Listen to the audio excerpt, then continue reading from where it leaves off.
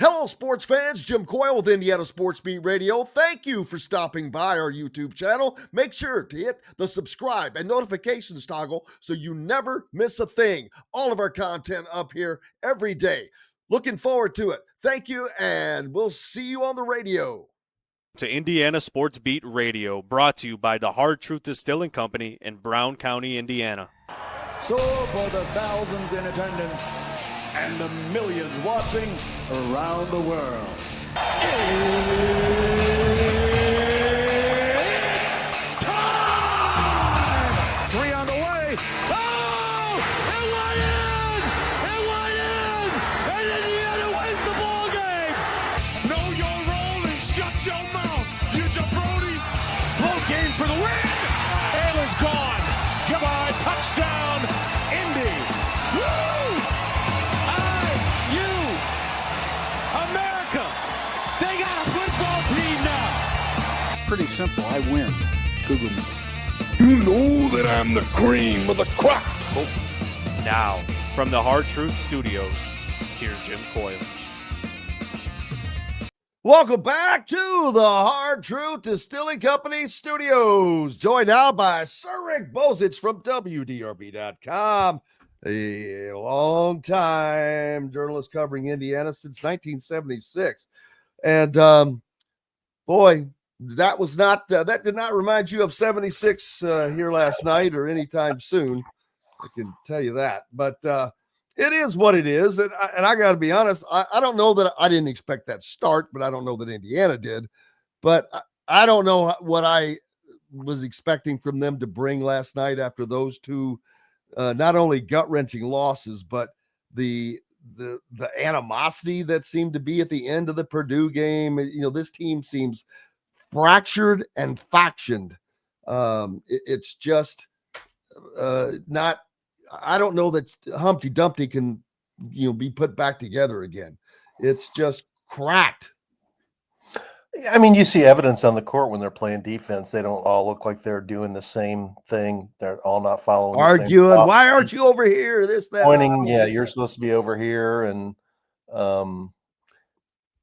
they have different thoughts or philosophies or ideas about a way to play screens. And a lot of times it's not effective. And I went back at halftime and charted the first beginning of the game when the Wisconsin hit 7 of those 8 3-point shots, and 6 of them were wide open. I mean, the guy that was closing out was 5 feet away, and it was a different player every time. And then there was one miss in there, and then the last one was the one from the corner. It was decent defense by Rice, but it's like every guy on the team is either over helping or not in position where he needs to be or hasn't been told, even though Wisconsin starts its offense usually with all 5 guys on the outside of the 3-point line, that this is a team that, leads the Big Ten in 3-point shooting attempts. That's what they're going to do. And it was just like watching business as usual. It was like watching 12th graders against 7th graders. I mean, it was ridiculous. You know what? That's the very response I gave to someone. They said, this looks like an NBA game. And I said, bull crap. It looks like an elementary school game. Yeah. I mean, they had and he called 2 timeouts and tried to fix it. And, I guess after a while he fixed it a little bit, but because even if you're wide open, you're not going to keep hitting 7 out of 8 threes. But to get knocked out like that, was it 8-0 and 19-2 and 26-4. I mean, the final score is so misleading and irrelevant. It was just a game that was over before the first TV timeout. And then after the game, what was his comment here? I got it. It's hard for me to explain. It's hard for me to explain. Actually, it's pretty easy for everybody to explain. It's not hard at all to explain. They're not coached very well. And here's not, one. Right now, we're not tough. We're just not a tough team right now. We're not. I mean, it's more than just toughness.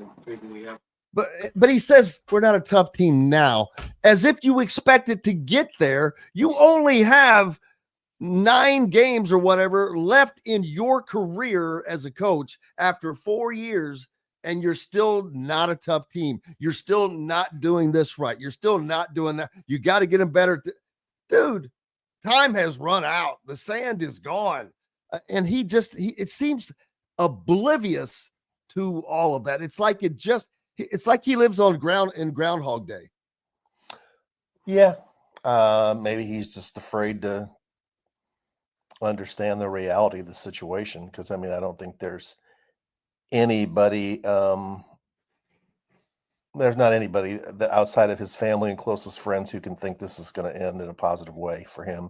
It's just a matter of how gracious it's going to be, whether it's going to be unpleasant or whether it's going to be a high road situation where he can leave with still some of the support of fans who remember him when he played at IU, because this isn't going to end well. Well, the lack of accountability is what is going to Right. He threw the aggravate players him. under the bus again last night, Jim. You heard what he said. I truly am starting to believe he is so oblivious that he just does not get it. I think he's lost half the time. When Goody had to go get him to bring you back to the handshake line, I don't think that was out of animosity. I think he was just lost. It was a Biden moment. I don't know about that. It's just a matter of whatever he's teaching, he's not teaching it very well, or he's teaching the wrong things, one or the other, because I'm not saying Indiana should be even a top 25 team, but they shouldn't No, be. should be. They should be. Yeah. Okay. Well, maybe. Talent-wise. The only reason I hesitate to say that is because the pieces don't fit together very well. They still have they've got 3 front court guys who are good at a number of things they do, but none of them are really good defensively at moving and guarding guys away from the basket. That's a major flaw. So the team construction hasn't been good, but there's no way they should be this bad. I mean, they've got better talent than this record by far. And the people who helped the coaching staff get these players for however much money they spent, and we've all heard the numbers, they're not getting a very good return on their investment. And the fans know how much they're getting. And that adds to the anger and animosity that's out there about this, saying, and then, as you guys I just heard you talking with Kyle, then for them to go up and lose to Purdue, where Purdue has all these in-state guys who aren't making as much money, and then they go into Iowa and win at a place where Indiana can't win. I mean, it just keeps the pile of evidence is, like the Empire State Building on one side, and then it's like this big on the other side of what he's doing right. Which one of these assistant coaches could be a head coach tomorrow? None. That's his point. That's Jeff's point. And I mentioned this earlier with Dylan, that not only that, I've just never ever seen a coach come in and not bring a single coach with him. None. He just took the leftovers. He had Dane Fife kind of. He brought in Yasir. Well, he had to bring him in because of Tom Ostrom getting the boot. Right. Yeah, and Kenny Payne recommended him, but I mean, he brought in Armand Hill. That was the guy he brought in, and I'm sorry, he's the Debo who sits there and does he pick up a towel or something? What does he do? We don't know what he does. For that, director of basketball operations is a job for a young guy who's just finished being a GA. He's on his way to being a coach, and that's the next step. Right. And that's just a paycheck for this guy. How many? And there are other guys that are on the payroll, consultants, that not one consultant is a consultant that spent years coaching college basketball. Not one. Whitman and Jim Stack and those guys. Yes. But would he listen to anybody? I don't think he listens to anybody anyway. I don't know. I mean, it doesn't seem like he does. And that seems to be the consensus opinion, that he doesn't listen to people, but it's not working in any way. It's not working in terms of the results on the floor. It's not working in terms of player development. It's not working in terms of understanding what he's trying to accomplish. It's not working in terms of recruiting. It's definitely not working in terms of, the product being one that fans are excited to watch. I mean, you hear a lot of people say they don't even watch anymore. They're going to watch Saturday because of how intriguing it's going to be. But yeah, I agree. The scheme is bad with two big guys filling the lane. It's not bad, but it's not a good scheme. And last night, that was like the one shocking development of the whole game is that he didn't start the two bigs to start the second half. But you know, the lineup he started last night, I can't believe neither Galloway nor Goody was in the starting lineup. That didn't make any sense. Nothing he does make sense anymore. And the starters for last night for Indiana combined for 35 points. That all 5 of them combined. The only 8 players in total played. The 3 subs that played combined for 29 points. So they averaged more points per player than the starters. Well, he left the starters in at the end of the game that helped make the final score look more respectable. Some people will look at it and say they only lost by 12. No, they really lost by 25. It was 70-47 when I quit watching it. Well, there's no doubt. I sent out a tweet last night that said this might not be the last game that Mike Woodson coaches for Indiana, but it is the last game that anyone doubts that his last game coaching Indiana is coming. That's true. Yeah, that's definitely true. And last night just really, I don't think there's anything going to happen before the end of the season anyway. I don't think that there should, to be my opinion. It's not going to do any good. I think that you would probably cause more damage with this team. This team is a very fragile psyche, man. Yeah. So I don't know that you want to mess with that. You're going to do it. So just wait. It doesn't matter. If you're going to give Chris Beard a chance, you don't have to worry about him. He'll crawl to Bloomington. There's no doubt about that. He gave you an indication about that with his comment at halftime of his big win over Kentucky. And that is also a sign, because who does Indiana start playing next year? That's right, people. Kentucky is back on the schedule at Rupp Arena. You have to go into that game with somebody who is tough. Chris Beard's tough. He's my pick. I don't know that Indiana will do that. What do you think? Will they give him that second chance? I mean, he's gone to Ole Miss. He tried to put that stuff behind him. Is it something that an Indiana is just going to eliminate him? I don't know the decision makers' thoughts on that well enough to be confident in what I'm going to say. My guess would be they would be uncomfortable with hiring him and dealing with some of the criticism that would come with it because of the situation Beard was involved in, even though there was never weren't the charges dropped in the end. And it's been over 3 years. He sat out a year and then he's coached. This is his 3rd year at Ole Miss. So it's been 3 years. He didn't even finish the last year at Texas. So I'd say it probably won't happen, but I'd say it should be definitely discussed. North Carolina will be looking for a coach too, I think. Yeah, definitely, without question. Indiana, Florida North Carolina, State, and Villanova could be looking for a coach. I mean, Iowa could be looking for a coach. There's going to be a lot of jobs open, and there's not a huge pool of candidates. For Indiana, to me, it's a very, very small pool that Scott Dolson already has these names. He has to have. He has to be doing his due diligence right now. Especially because I'm sure he was doing it last year. If we know, I mean, he knew who he wanted last year. If Chris Beard is on that list, I think that the due diligence has been done. It has to have been. To me, it comes down to, will they look at Dusty May? I think that they have to, only because he does not have a low buyout for nothing. But yeah, and then if you think Dusty May is the guy, then you definitely have to talk to him and figure out if $5 million won't be an impediment to getting it. The only reason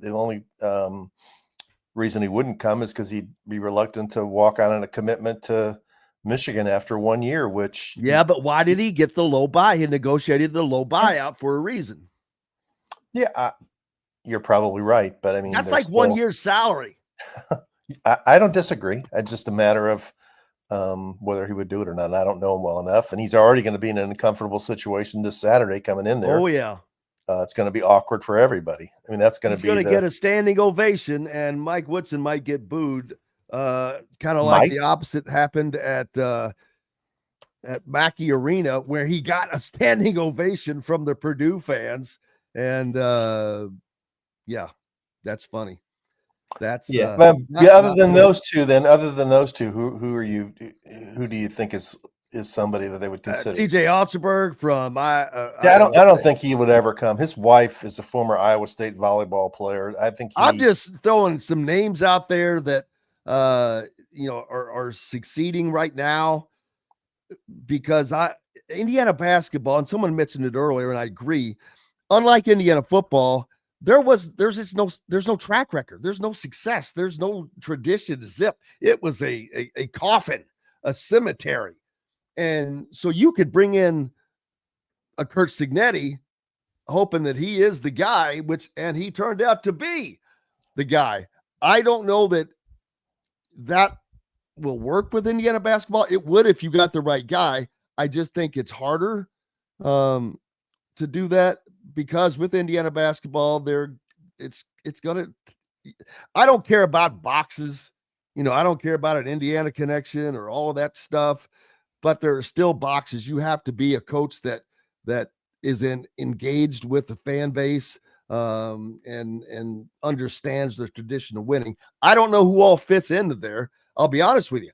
I would not have Mark Pope. Not a guy I would have figured going to Kentucky. Pat Kelsey, not a name I thought would have been at Louisville. Exactly.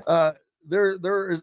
So that's why I'm like, hey, I'm not going to pretend I know everything. I don't. I'm just throwing out the obvious names. Chris Beard is, to me, without question, a home run hire. I just think that he matches his persona, his personality, what he demands of his players. I think it just fits in with Indiana, and he wins, and he'll win more. If he can win at Ole Miss, my God, what do you think he would do at an Indiana? Yeah, no, he's a phenomenal coach. And if he didn't have the incident in his past, I don't think there'd be any hesitation about it. But if he didn't have the incident in his past, he'd still be the coach at Texas, so he wouldn't be available. So there's that. You never know. Yeah. I don't even think they should consider Scott Drew. He turned down Kentucky and he turned down Louisville. Why waste your time talking to him? He's probably not going to come, and then you just get turned down by somebody and it looks bad. Oh, first of all, you have to back channel the interest. Do you have interest? Yes or no? If it's no, just say no. That's fine. If it's yes, then you have to have the conversation without question. It's been a few years, or been a year or so since maybe things change. He's still doing well at Baylor, but sometimes you just want a change or a challenge. I think that's a waste of time myself. You can move on, and there's other candidates out there. I think Buzz Williams is an interesting candidate. He's done a good job. Wow. He won at Marquette. He won at Virginia Tech, and he's winning now at Texas A&M. They're in the top. Why not 10. Shaka Smart? Yeah, I've got some connections to Shaka Smart. I think he likes living in Milwaukee and likes his team and likes competing in the Big East. So I don't think that's a possibility. Not sure he. What about Rick Pitino? I'm kidding, but what about Richard? Let me tell you. No. What about Chris Collins? There's a name that I've heard discussed. I have heard that, and no, I just. They need an alpha. They need an alpha male. That's why the Chris Beard, it doesn't. He is an alpha male. Dusty's not an alpha male, but yes, this position needs an alpha male that will not allow to happen what this team is doing. There's no respect for this coaching staff. There's no respect for what is supposed to be done. There's no respect for the program. There's no respect for, I don't think, the fans. There's no respect for getting paid hundreds of thousands of dollars to do what you're supposed to do and know where the hell you're supposed to be in position 3/4 of the way through the season, but you still don't. Are you kidding me? You know what? Most people get fired for that. Unfortunately, none of these people can get fired. Rick, big game for Purdue last night as they go out to Iowa City and hang 90 on the Hawkeyes. Speaking of which, I've talked about Iowa all the time. They are the most milquetoast, generic, mediocre, lukewarm program in the country. They just exist. It seems like, and I mean, he had some good teams when he had Garza and a few of those guys. I mean, weren't they 2 or 3 seeds in the NCAA tournament? They were pretty good when they had Garza. And well, what you had was the the guy player of the named year. threes? You're Bohannon, supposed to was that be his name? good when you have the player of the year, aren't you? Well, but he wasn't a big name recruit. They developed him. I mean, Fran McCaffrey's done a decent job, but there's one issue he's had is something he's never been able to fix is he doesn't coach or he doesn't believe in playing defense. And Yeah, he they likes to always get had an elite mad. offense and they always had a crappy defense. And when you play that way, he never even got to the Sweet 16. I mean, he had the Murray twins. I mean, he had some good players. Is this going to be his last season, you think? Some people think it is, that he's going to retire at the end of the year, that he realized. I mean, his son went to play at Butler. His youngest son's going to play at Butler. His other son Isn't that kind of embarrassing? Well, I think people took it as a sign that they knew he wasn't going to be there to coach him. So I was going to say, yeah. And it's no accident that he went to Butler to play for Thad Matta, but he also has another brother that works for the Pacers. Yeah, that's right. I thought he left. I thought he works for Matta. Maybe he doesn't work for Matta. He works for the Pacers. Maybe he does. I don't know. But Caitlin Clark's boyfriend. Yeah, the older Connor McCaffrey. They've got the entire half the McCaffreys have moved to Indianapolis. So you got to think mom and dad will follow them so they can keep the family together. Oh my goodness. Coaching searches are always fun. It brings excitement and a lot of thought-provoking, a lot of agreement and disagreement. This is a little bit different. In the last 2 cycles when Indiana was on the hunt, the last cycle, they just didn't seem to really have a viable candidate. They tried to go after Brad Stevens very, very unsuccessfully, but there just didn't seem to be anybody else for them that was available. Before that, I don't recall, because Fred Glass just went straight to Archie Miller. I don't really remember who all was available, but there were plenty of coaches. There was talk about Tony Bennett, but I don't know if they even talked to him or how serious it was. But there was talk that Tony Bennett would. That was before he'd won a national title at Virginia, and before he decided to resign because of NIL. But there was talk about would he still be coaching if he had come to Indiana, because NIL would not be a problem. Yeah, he's not ever going to come to Indiana though, because his sister got fired as the women's coach, and I don't think he wants to deal with NIL in any way. And I'm not sure his style of basketball. It is a very boring brand. It's a very boring brand of basketball. That he did win the one national championship, but man, he's got some really head scratching losses in the NCAA tournament. None bigger than losing to the number 16 seed. UMBC, yeah. I don't know. I mean, there's some young guys out there who are doing well at lower levels, but I don't think this is a kind of job where you need somebody who is going to have to deal not only with the change of recruiting the kind of players you need to win in the Big Ten, but the responsibilities of being the Indiana basketball coach, because it's certainly much more than coaching. And that's one area where Mike Woodson has really let the program down, is that this entire season he's been in the bunker. He's done one pregame media availability all season since they've got to the Bahamas, one time. And like last night after the game, what did he talk for 4 minutes? He's not going to answer any questions with anything anyway, so it doesn't really matter. I mean, it's all the same. It is what it is. I think that anyone that pretends otherwise just has their head in the sand, and it's a shame. But the Indiana connection and Mike Woodson, it's basically non-existent. For one thing, it was a lifetime ago. I think that he forgot any and all things that he learned in that role, because he does not pass that on.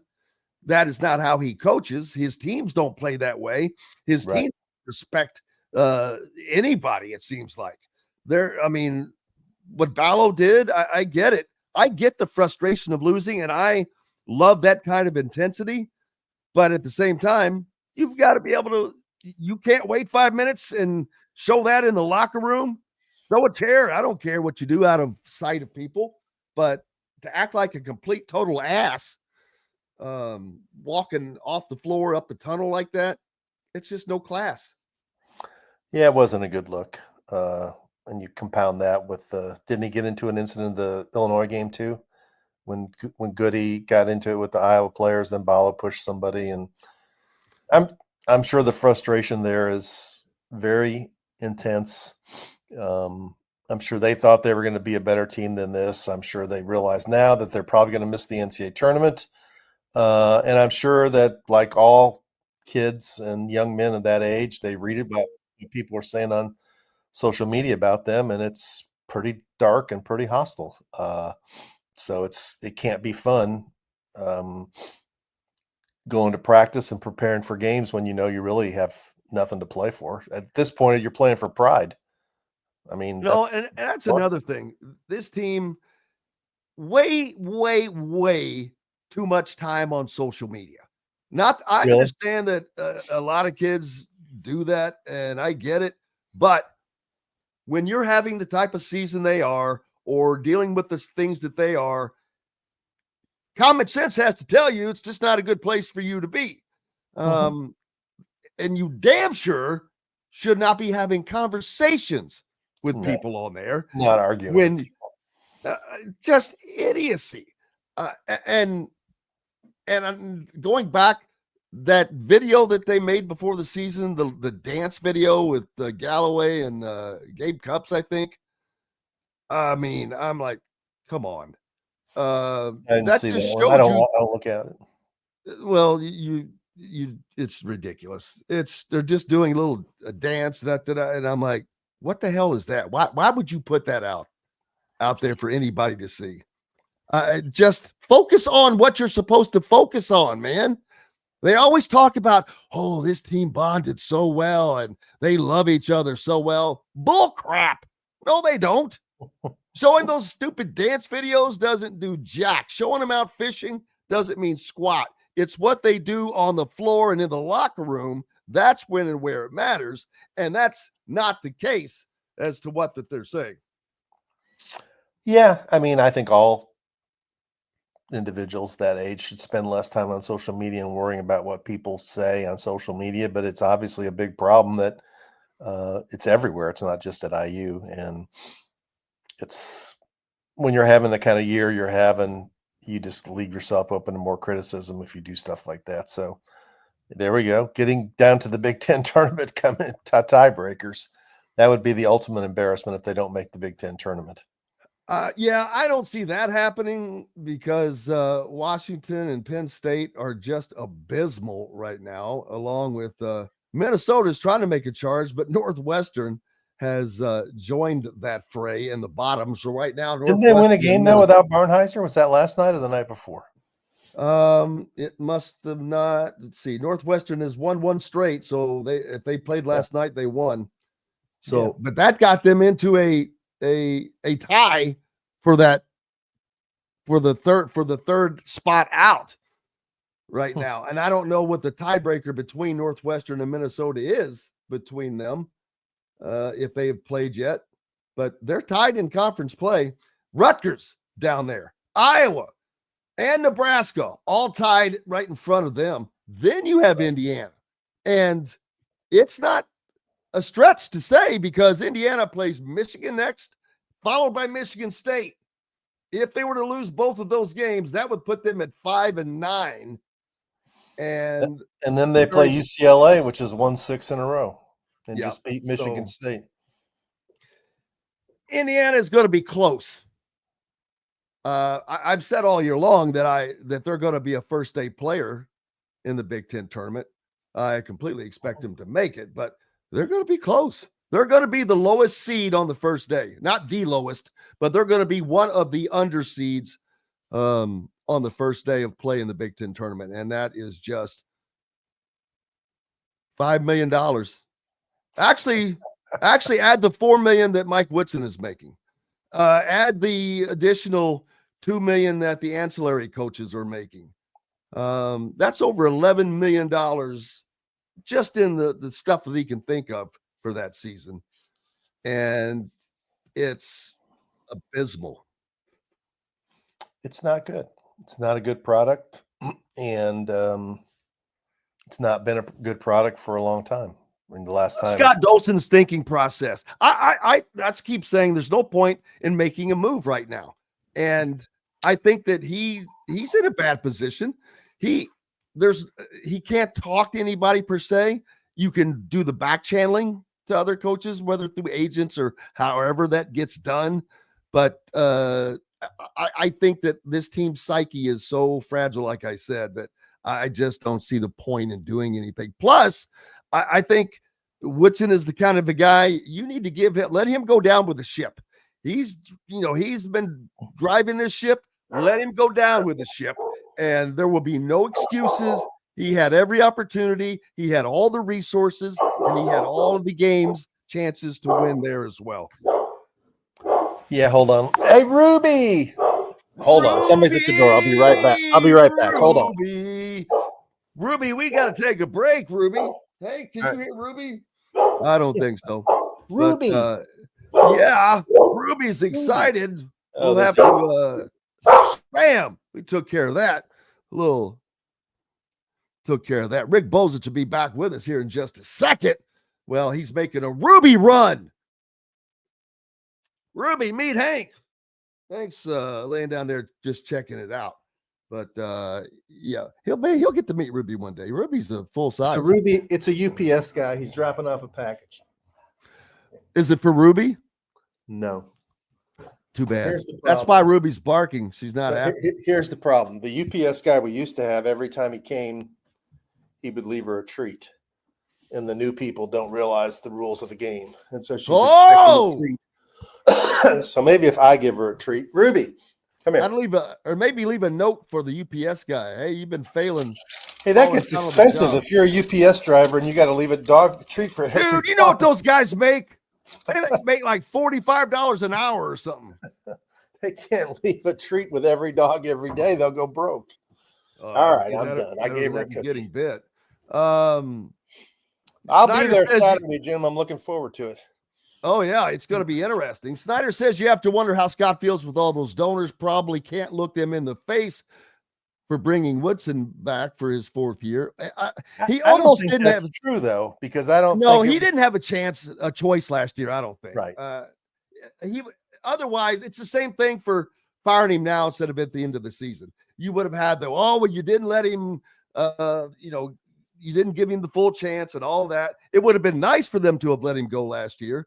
But I understand why they didn't. So there is that. I understand why they didn't, but man, it wasn't that hard to see what was going to happen, first of all.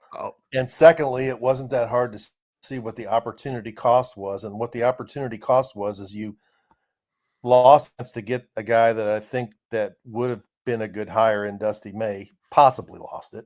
And secondly, you lost a chance to, you hurt your chances to get Braylon Mullins. I think if Dusty May's the coach at IU, that could have turned out differently because he would have recruited him a lot harder. So I don't know about Harrelson. Maybe Harrelson would have gone to Notre Dame anyway. But that was a very poor decision that to push the chips in on $5 million and go get Miles Rice and Umar Ballo and Cannon Carlisle and Goody and Hatton over a different way of doing it. I don't know. I think that there's just been too much of Woodson deciding this is how he is going to do it. He can't recruit. He's not a recruiter. It's too hard for him to put the effort in. So he's just going to do it this way because it's easier. Here's the thing though, Jim.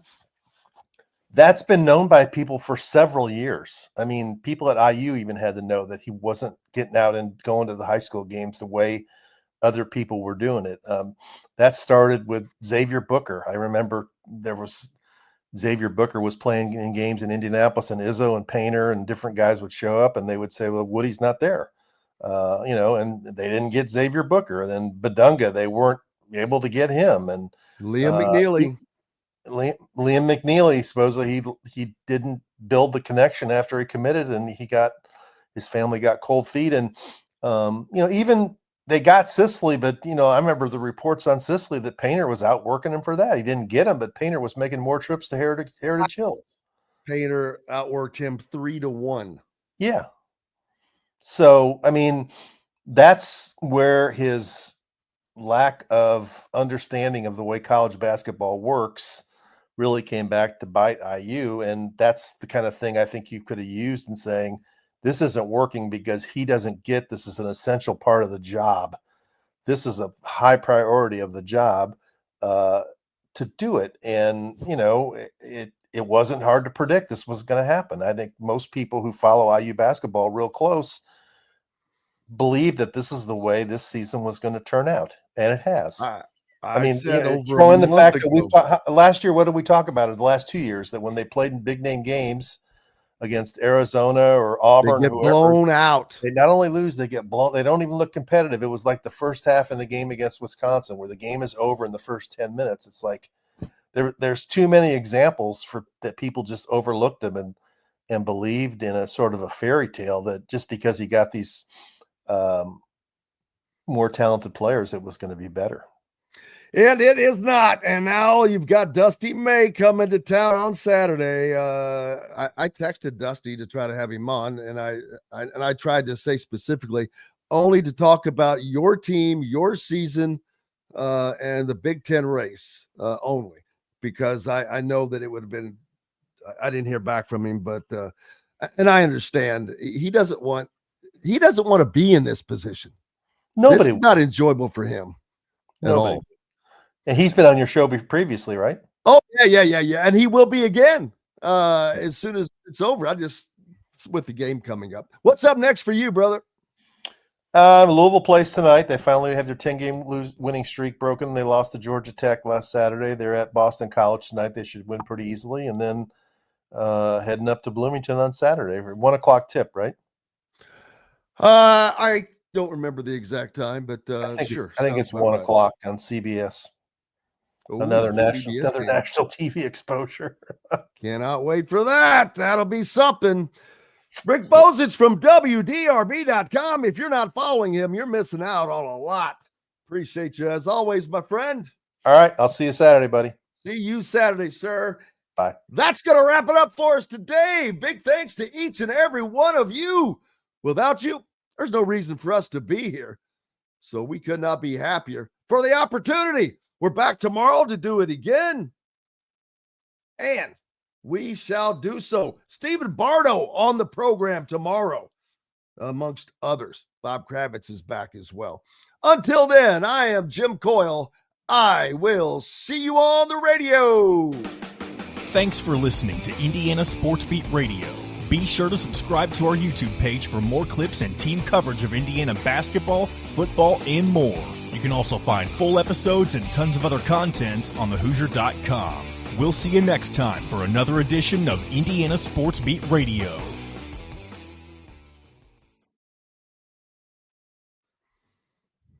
Hello, sports fans. Jim Coyle with Indiana Sports Beat Radio. Thank you for stopping by our YouTube channel. Make sure to hit the subscribe and notifications toggle so you never miss a thing. All of our content up here every day.